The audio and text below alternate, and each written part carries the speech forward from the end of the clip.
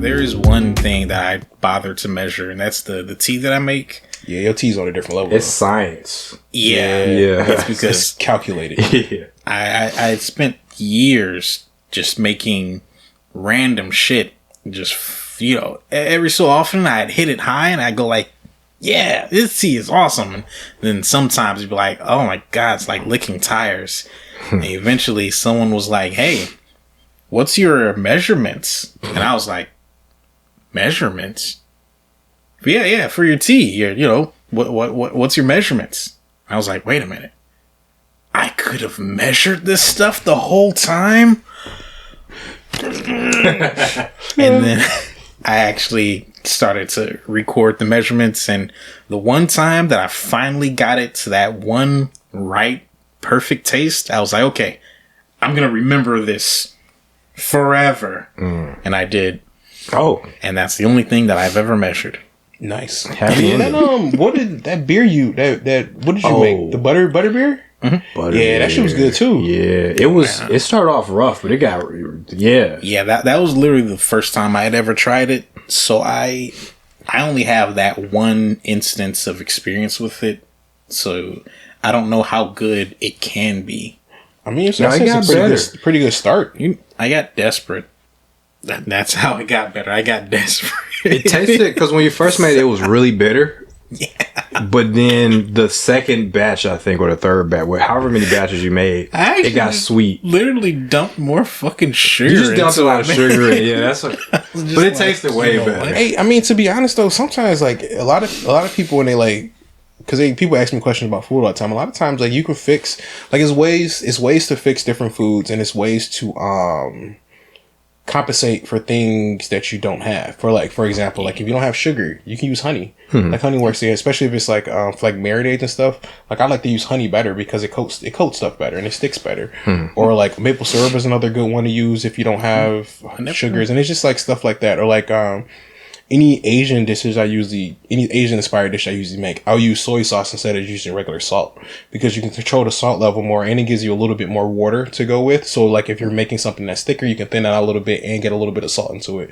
So it's like little things you learn about, I mean, really just failure. Because I mean, like I make a lot of good food, but I've failed a lot. Oh, hell yeah. Like behind the scenes, like I've definitely messed up a lot of stuff, and like take a lot of L's. Same. To this day.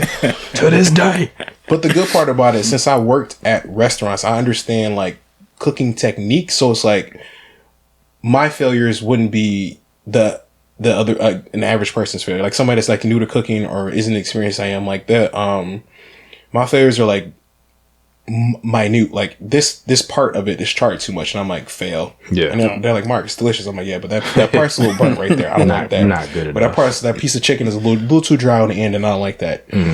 What's carrying me these days is really salt and pepper. That's something that I was actually... That's really a lot of times all you need. Yeah, I was neglecting just the simplicity and the utility of salt and pepper for a long time. I would replace it with other stuff, but really, you don't have really, to. that's all you need, because I mean, I like my form of cooking is like I like simple cooking. So like a lot of root and all of my seasoning stuff like starts with salt and pepper. Like the main one I use on everything is just salt, pepper, onion powder, garlic powder, and a little bit of cayenne. That's it. Like, you can use it. It works. Chicken, beef, pork, everything, steak. Like no matter what you got, like it's a good for it. And like the only time I really use more is if I'm using like if I'm going for like a Mexican dish. Like obviously I'll get some more chilies and like maybe some smoked paprika, and like I recently started messing around with like rehydrated chilies. So like I did that with a pork butt I made, and I was like, I wasn't too keen on it. Everyone liked it, but it was like, I was like, I need to refine it a little bit more. But yeah, I mean, salt and pepper goes a long very far way, especially on vegetables. Yeah. Like vegetables, a little olive oil and salt and pepper. Yeah. Change the game up. Yeah, my shit is like less healthy than it used to be because I use a little bit more salt. I used to use no salt. And I was wondering sometime, like, why doesn't this taste quite right?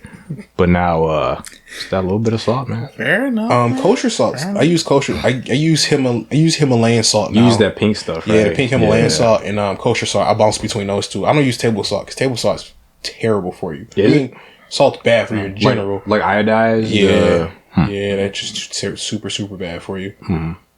Yeah, it starts to get to the point where when I'd sneeze, I'd hurt a little bit well, this has only happened after I got COVID, but sometimes when I sneeze, it kind of feels like I got punched in my blood. So I feel like maybe I should use less salt.